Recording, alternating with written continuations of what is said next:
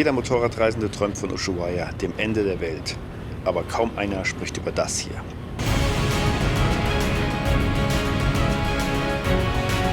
Die Schraube hier verloren.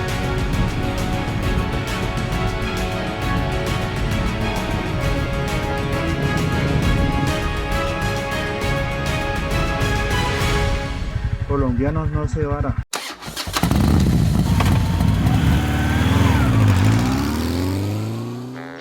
Nach der Idylle des Kaffeedreiecks befinden wir uns 1500 Kilometer weiter nördlich. Karibikküste. Ich mache mich auf den Weg zu einem weiteren Meilenstein, dem nördlichsten Punkt Südamerikas. Einen schönen guten Morgen. Ich fahre heute in Richtung Wüste, Richtung Cabo de la Vela. Das ist noch nicht der nördlichste Punkt, aber es ist quasi dieser Kitesurf-Strand, der berühmte, davor. Getankt habe ich schon, aber ich werde dann nochmal an der letzten Tankstelle auffüllen, weil dann gibt es nur noch Benzin aus Flaschen. Hier sieht man schon Benzin aus Flaschen. Ich habe nur leichtes Gepäck dabei, zeige ich nachher mal, wenn ich absteige, was bei mir leichtes Gepäck ist. Jetzt fahre ich auf jeden Fall, als erster Punkt ist Uribia.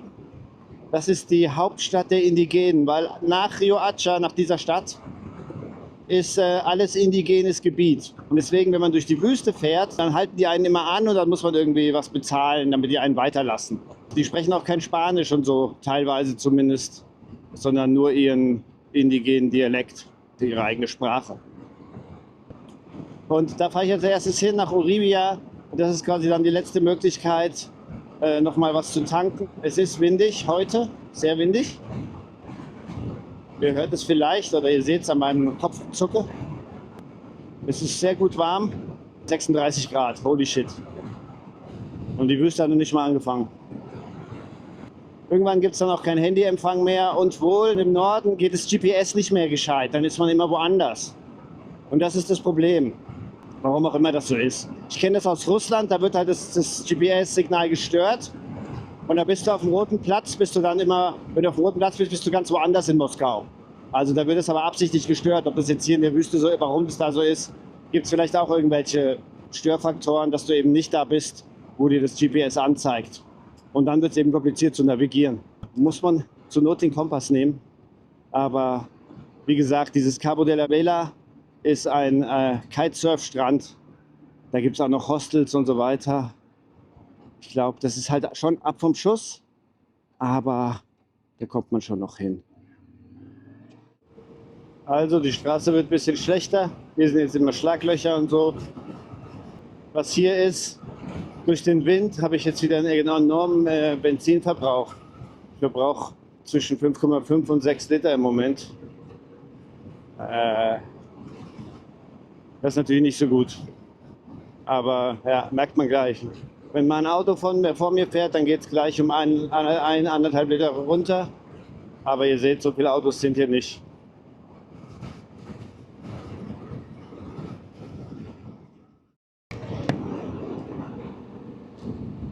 So. Schön hier. Aber willkommen in Uribia, die Hauptstadt der indigenen Kolumbiens. Ich habe eben schon Typen angeschwätzt, dass ich Wasser und Kekse für die Kids kaufen soll und so weiter.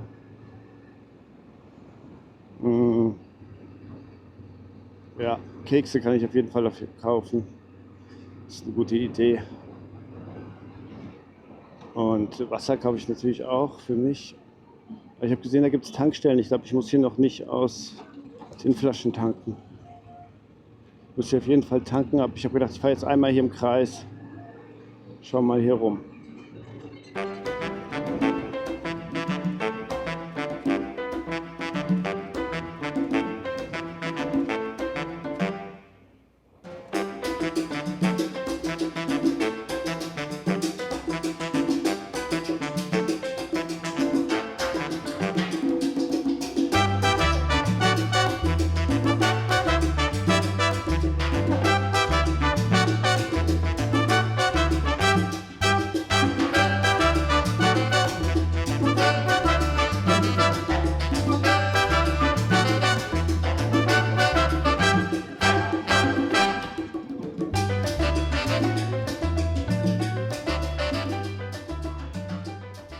Ich bin jetzt hier im Shop.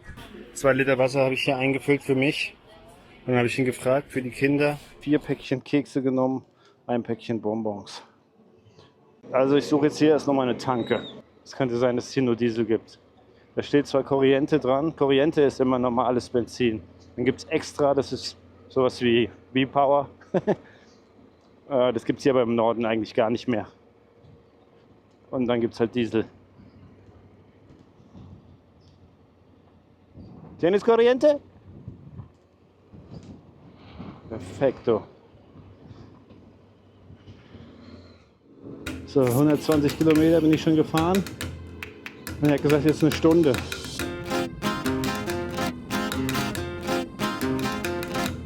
Hier war gerade so eine Polizeisperre.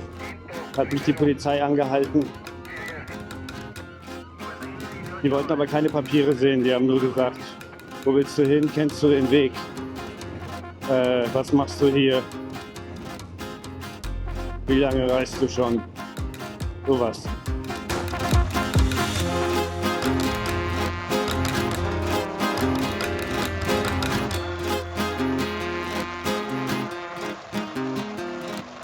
Es ist so trocken hier und es ist 40 Grad, 39. Jetzt vorhin war schon mal 41. Die Leute leben hier irgendwie. Es gibt hier auch überhaupt gar keinen Schatten. Da sind Kinder. Dahin gebe ich jetzt was. Ah. Hola.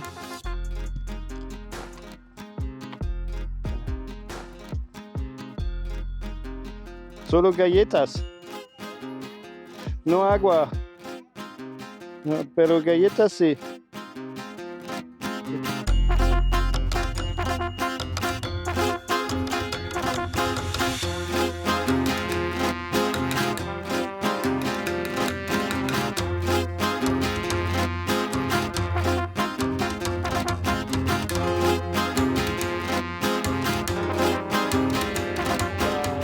Cabo la Vela, sí, de Alemania.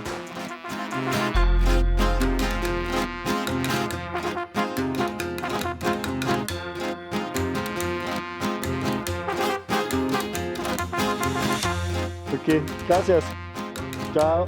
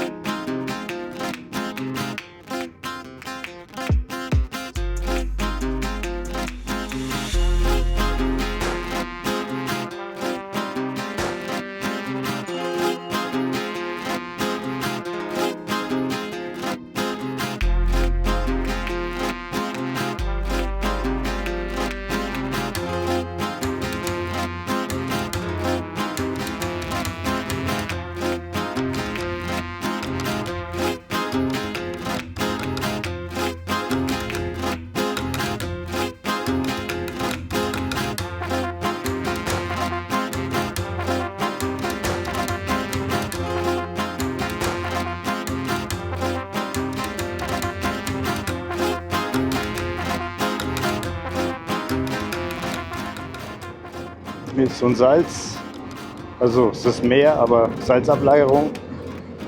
Sieht man, dass das Meer bis hierher kommt, ne? So, ich muss zum Meer.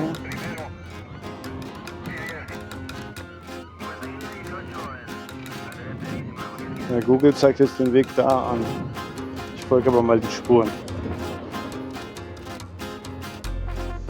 Man sieht schon, dass es hier wieder ein bisschen schwieriger wird mit den Wegen. Das ist nichts mit Google hier. Hier muss man einen Osmond nehmen oder was anderes.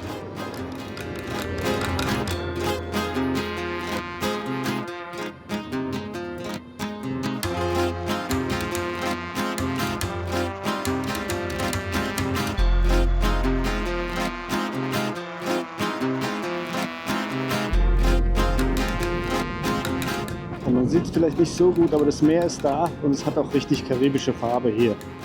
Also Azurblau, sagt man, glaube ich, oder? Und es ist auch ein Ticken kühler hier, auch wenn es jetzt 41 Grad anzeigt, das Thermometer. Fühlt sich das durch die Meeresluft ein Ticken kühler an. Und ja, hier sind hunderte Kinder überall. Also man kann locker auch für 30, 40 Euro Kekse kaufen. Die wirst du locker los. Du wirst bald da sein. Wie lange ist noch? 4 Minuten. Ja.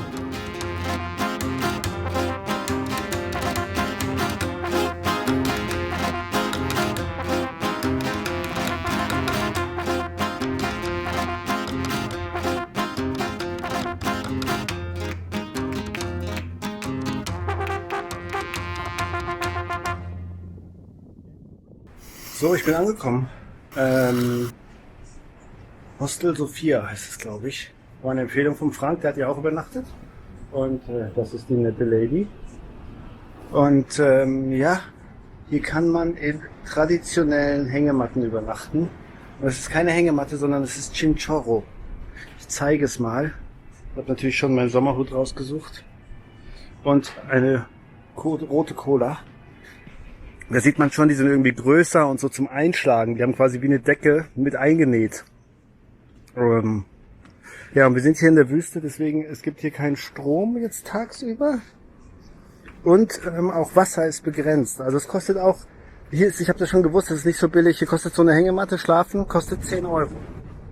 Also wenn ihr wisst, dass ich normalerweise ein Zimmer mit eigenem Bad oder zumindest mit Doppelbett und so für 10 Euro kriege, ist ja sehr unterschiedlich, aber ich habe auch schon ein Zimmer mit Doppelbett und eigenem Bad für 7 Euro gehabt und Klimaanlage. Da sind schon Kites, da war eben eine Frau, eine Weiße, die war den Arm in der Schlinge gehabt und der mich hier eingewiesen hat, hat gesagt, sie hat sich hier den Arm gebrochen, ist mit dem Kite abgestürzt.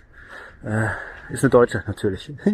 Aber man kann hier auch im Zimmer schlafen. Ich habe da aber nicht gefragt, was das kostet. Die hat mir das nämlich so angepriesen mit dem, ja, das ist hier keine Hängematte. Es gibt auch Hängematte. Aber das hier ist Chinchorro. Und das ist eben, das wollte ich mal zeigen. Also es gibt jetzt auch kein Wasser im Moment. Man kann sich aber die Hände waschen. Hier haben die so in diesem Bottich, ist natürlich 1000 Grad warm, weil das hier die Sonne drauf prallt. Ich habe hier so einen Locker.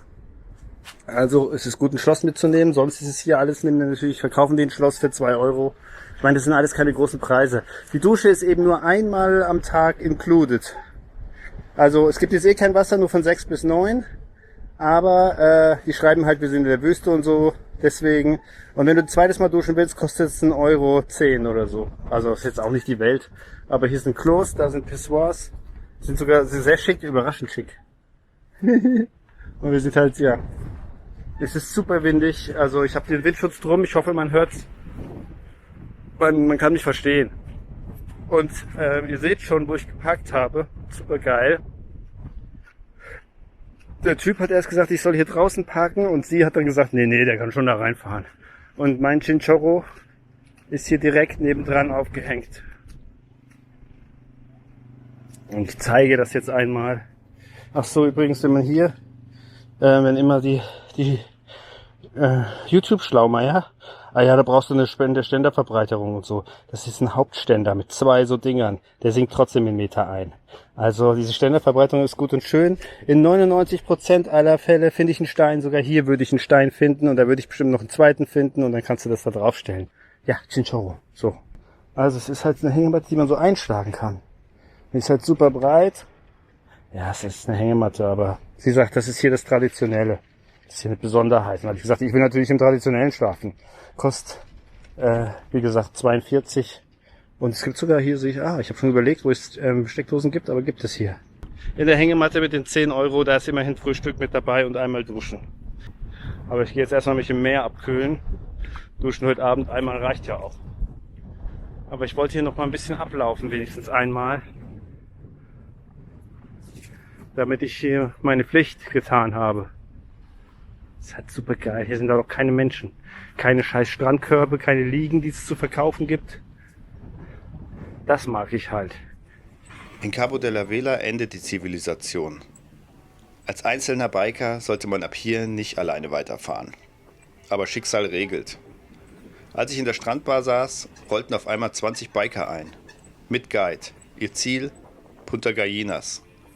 Und da fahre ich morgen mit.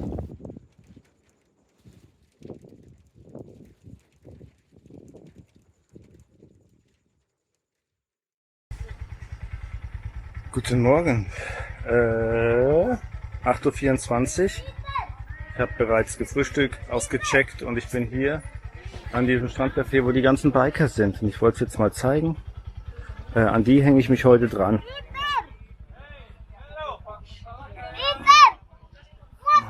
Ja. Bin immer gespannt, wie das wird. Die machen sich hier alle fertig. Das, wie gesagt, das dauert ja alles ewig in so einer Gruppe. Ja, ich habe mir jetzt hier noch einen Kaffee bestellt und ich bin hier direkt am Strand. So, cool, los geht's, bin gespannt.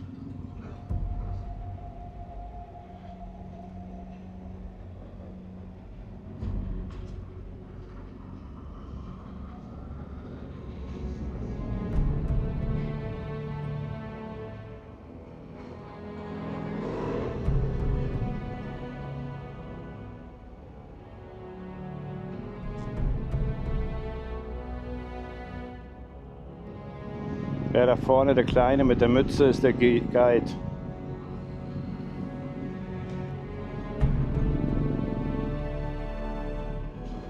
Die hier, die Frau mit den Hörnern, ist eine ältere. Die haben alle möglichen Firlefanz an ihren Bikes. Affen, Fahnen, Statuen, Hörner. Ich habe gedacht, diese Affen und so, das wird bei mir 2 Tage halten, dann wird es abfallen.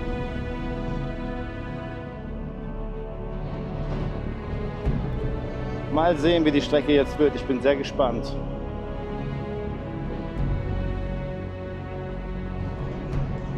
War gestern auch schon gespannt und es hat Spaß gemacht, aber war relativ easy. Ich habe ein bisschen Luft rausgelassen. Ich habe jetzt 1,8 drin.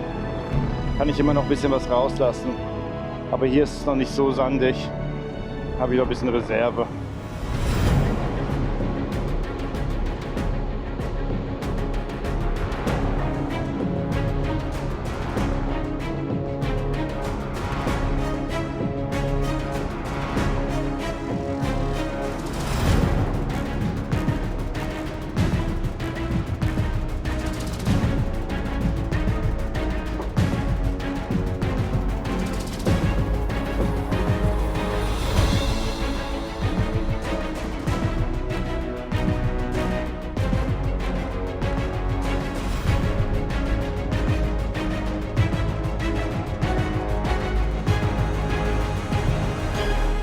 So, wir haben den ersten Sturz.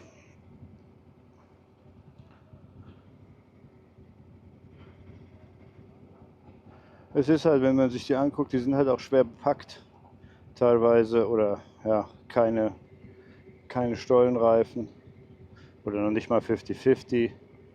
Dann fliegst du halt mal schnell auf die Fresse.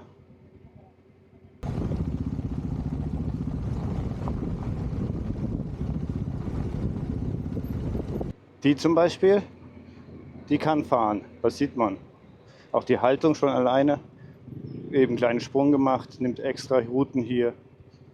Aber andere, die haben ständig die Füße unten. Also es ist alles dabei, gute Fahrer, schlechte Fahrer, geeignete Bikes, ungeeignete Bikes.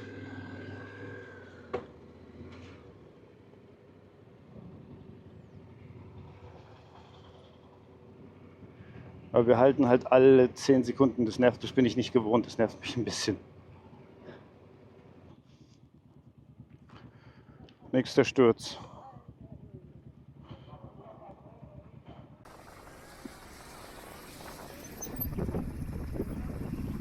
So, die Frau mit den Hörnern, das ist die gestürzt ist, die humpelt, hat sich am Fuß verletzt. Und die lässt ihr Moped jetzt stehen und fährt beim Guide mit.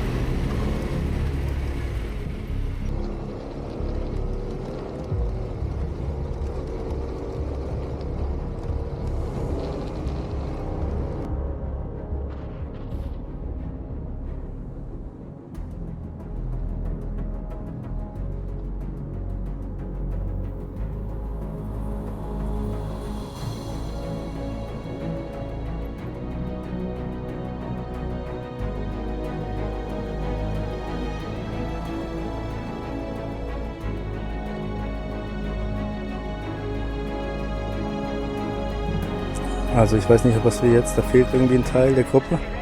Ich weiß nicht, was da wieder passiert ist. Es war so ein kleiner steiler Anstieg mit losem Geröll, so ein bisschen doller. Und keine Ahnung, ob da jemand gestürzt ist. Und wir sollen uns jetzt hier nicht zu laut verhalten, weil sonst die Kinder überall aus der Umgebung angerannt kommen und hier Sachen wollen. Es ist ein bisschen schade, dass wir ständig stehen bleiben. Das ist halt in so einer großen Gruppe. Das nervt. Ich wäre wahrscheinlich schon 3-mal am Strand angekommen, aber ich kenne den Weg halt nicht, weil es ist echt ein bisschen schwierig.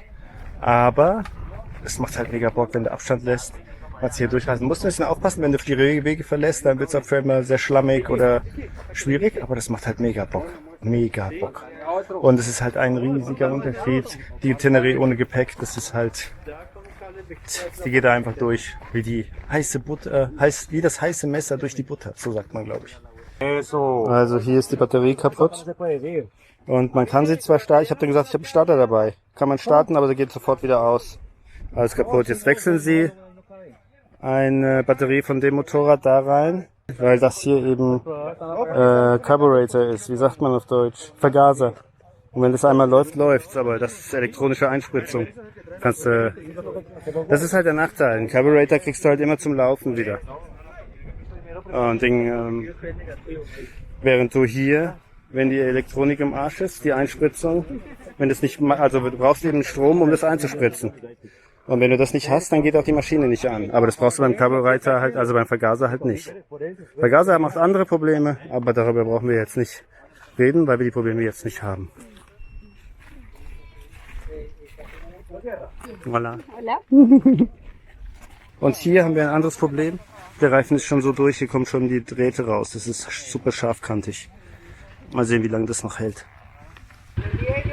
Der Vorteil, wenn man in der Gruppe reist. Alleine wäre jetzt Game Over gewesen. Super, beide laufen. Kann weitergehen. Ich dreh durch. Jetzt ist da wieder irgendwas. Stehst hier bei 40 Grad im Kaktus. Und ich habe mal auf der Karte geguckt, wir sind irgendwie, also ich glaube, wenn ich jetzt fahren würde, wäre ich in 20 Minuten wieder da, wo ich heute Morgen gestartet bin, vor 5 Stunden. Das ist unglaublich. Niemals kommen wir da an. Gustando, es mi al macho, papi. Also wir haben hier ein Loch gefunden. Da dreht er jetzt eine Schraube rein. Colombianos no se vara.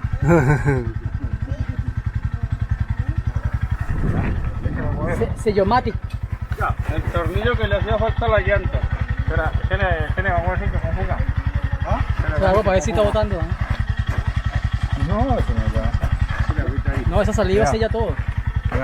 ¿Con saliva? La saliva alemana, sí. Sí, no, pero ya va mucho. No, ahí está botando, ahí está botando. Nicht 100%, aber geht einigermaßen.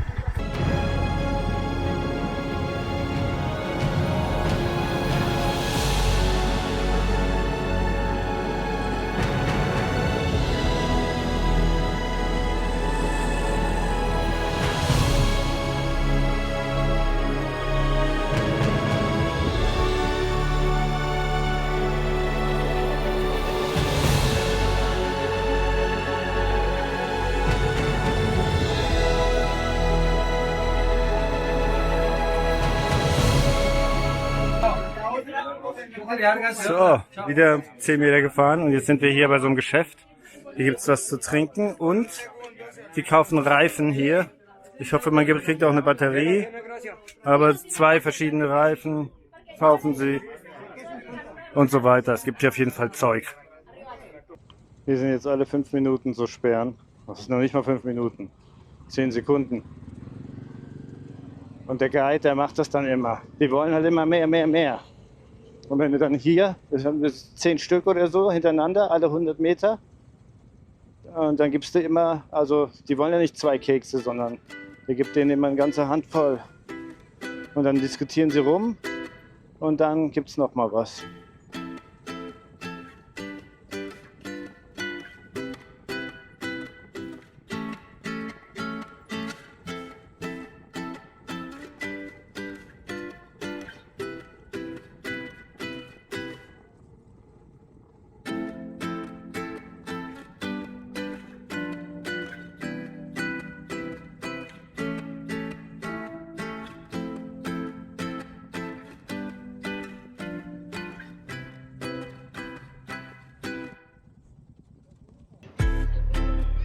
Der macht natürlich jetzt extra Stress hier, der Typ.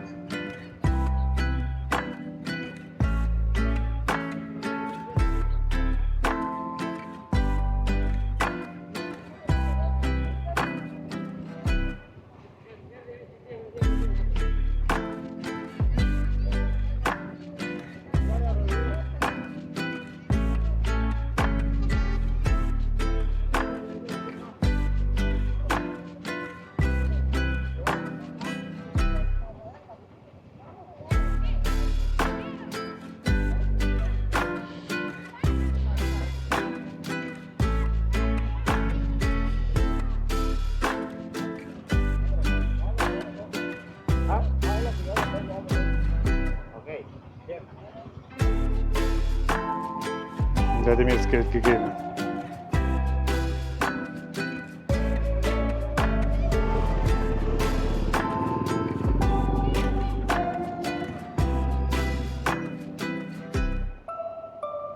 Deswegen brauchst du den Guide. Weil wenn du dann als Gringo kommst, machen die halt Stress.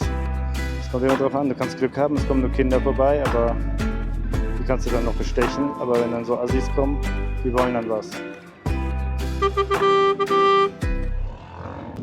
So, jetzt ist das andere Mädel gestürzt, das mit dem pinken Outfit, nicht die Jen hier. Und Jen ist gestern gestürzt auch. Also es ist nicht nur so, dass nur Leute stürzen, die nicht fahren können, sondern wenn man Faxen macht. Ich auch, ich fühle mich super sicher, aber bin ich hier in dem Schlamm gefahren und bin ich angefahren und wollte so mit durchdrehenden Reifen anfahren und da hat es mir so das Hinterrad weggehauen, bist du gerade noch gefangen. Und dann hat er auch hinter mir so, tranquilo, mein Freund. Ja, ich weiß. Und die hat es jetzt hingehauen und es ist halt wie immer, genau wie beim letzten Video der anderen. Hingehauen, aufgestanden, weitergefahren und direkt wieder hingehauen. Man muss halt dann einfach mal, man hat so viel Adrenalin und so viel, man steht dann auf und fährt sofort weiter, das ist falsch. Man muss also erstmal runterkommen, kurze Pause, durchatmen und dann weiterfahren. Also, ja, ich kam jetzt halt nicht genug dran. Aber ich hatte schon, als sie das erste Mal gefallen ist, habe ich schon gedacht, so, die ist direkt so, ja, ich muss wieder aufstehen, weiterfahren. Und so, obwohl sie sich wehgetan hatte und so. Ja, dafür bin ich oft genug gestürzt, um zu wissen, dass es besser ist, wenn man erstmal wieder runterkommt, weil sonst wird man immer noch unsicherer. Ich dann, wenn ich zu Ela gestürzt bin, 2-mal war es genauso. Und das hat ja sogar noch über Wochen angehalten, weil ich dann so Schiss hatte.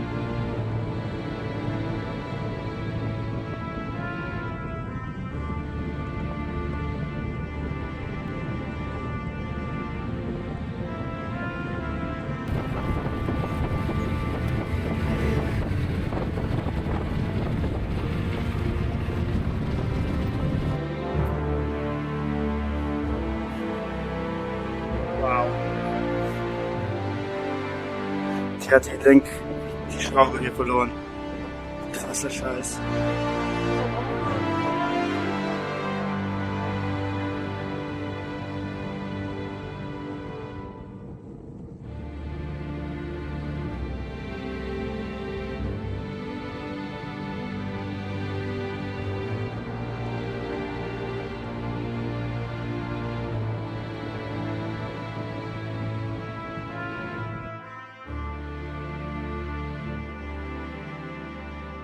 Man muss halt gucken mit dem Guide. Das ist auch so, ja, folgst einfach der Straße. Es ist nicht so einfach. Es gibt 1000 Straßen.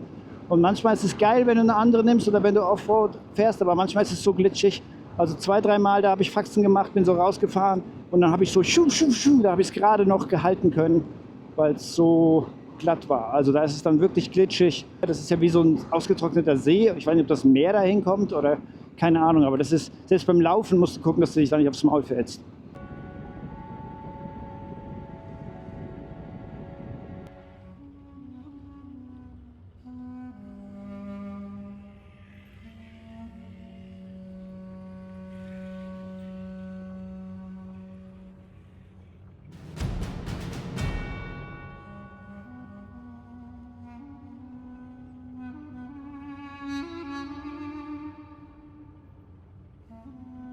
Wie ihr seht, ist es langsam dunkel. Mit der Kamera sieht es sehr viel heller aus. Also, wir sind mitten in der Wüste. Es ist jetzt nur noch Sand. Und da tun sich einige sehr, sehr schwer mit dem Sand. Und da ist irgendjemand liegen geblieben, wieder zurückgefallen. Müssen wir jetzt wieder warten. Ich habe eben auf der Karte geguckt, wenn wir in dem Tempo weiterfahren, sind wir noch 2 Stunden unterwegs, meiner Meinung nach.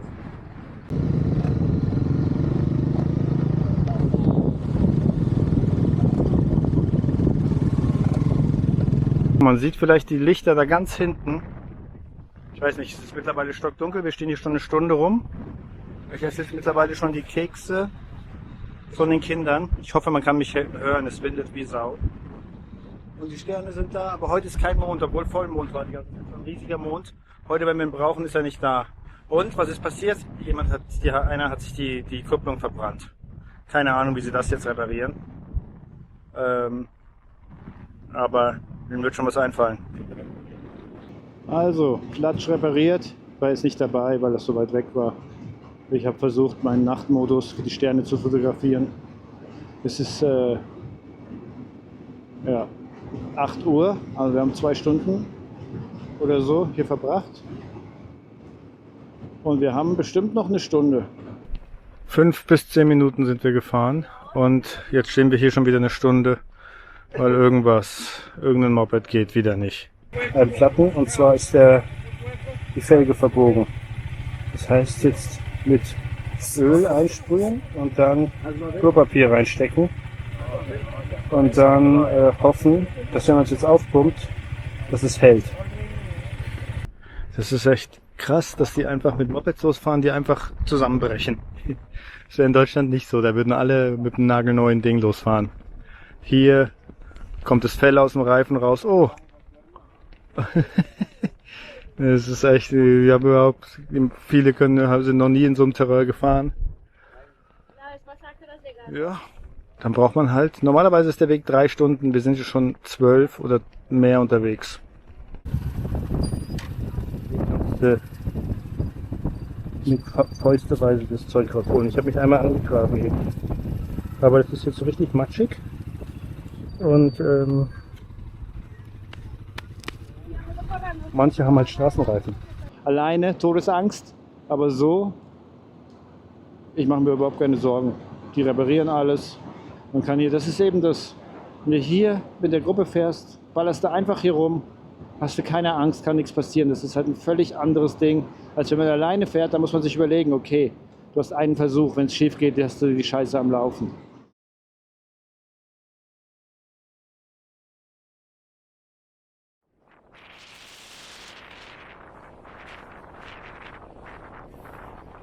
Guten Morgen. Also, wir haben es natürlich nicht geschafft bis zum Punta Gallinas, sondern sind eine halbe Stunde davon entfernt und haben hier in diesem Verschlag übernachtet. Es gab hier auch was zu essen und so. War schon okay. Das ist meine Hängematte hier. Es gibt gleich noch Frühstück. Arepa. Nicht mein Lieblingsding, aber gut, besser als nix. Hier habe ich jetzt deutlich besser geschlafen als gestern in dem anderen Ding, obwohl das andere viel gepflegter und so war. Aber hier vielleicht auch zweite Nacht, ich war auch so müde. Wir waren 11 Stunden auf den Bikes.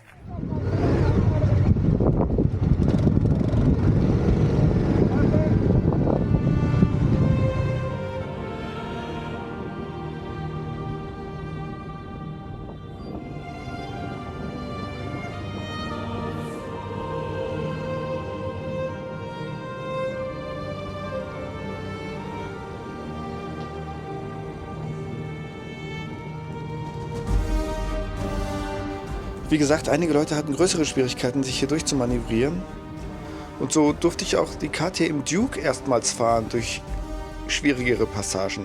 Es war jetzt kein Problem, sie da durchzumanövrieren, aber als ich mich da drauf gesetzt habe, im Gegensatz zu der Tenere, habe ich gedacht, ich sitze auf einem Dreirad. Das war so winzig.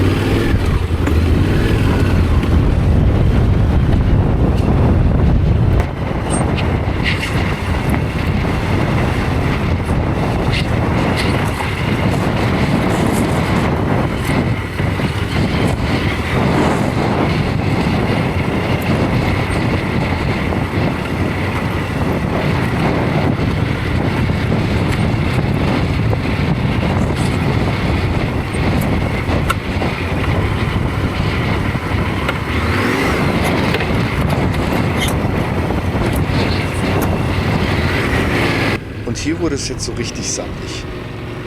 Das war zum ersten Mal, dass ich wirklich flat out gehen musste, also Vollgas, und trotzdem mussten mich noch 3 Leute ziehen.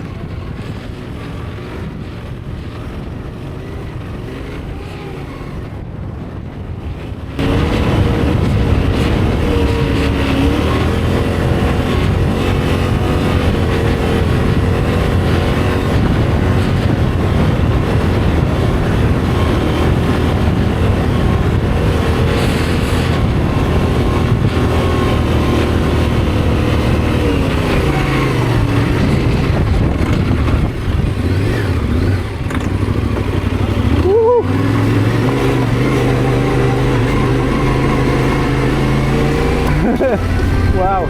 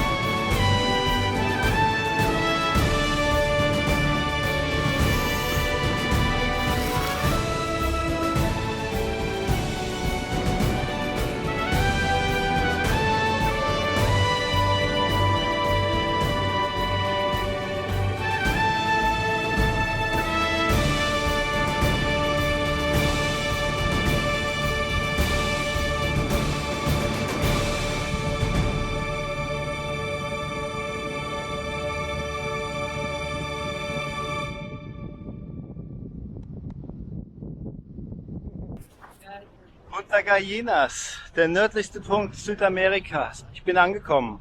Vom südlichsten Punkt bis zum nördlichsten Punkt. Alles abgefahren. Und wie ihr seht, hier ist das Schild, der Beweis. Ich habe eben natürlich schon Fotos gemacht. Das letzte Stück war sehr sandig. Petro ist es. Und hier sind auch nochmal so Schilder, wo es wohin geht. Ja. Türmchen und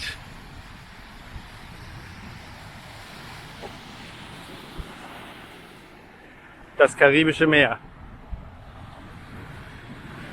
Geilomat.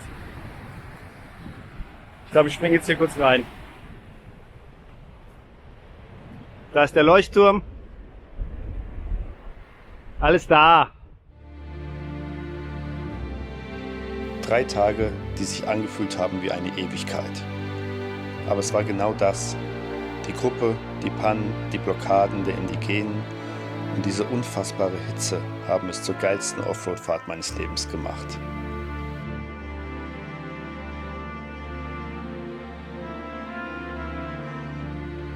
Jetzt bin ich am Ziel. Was für ein Abenteuer.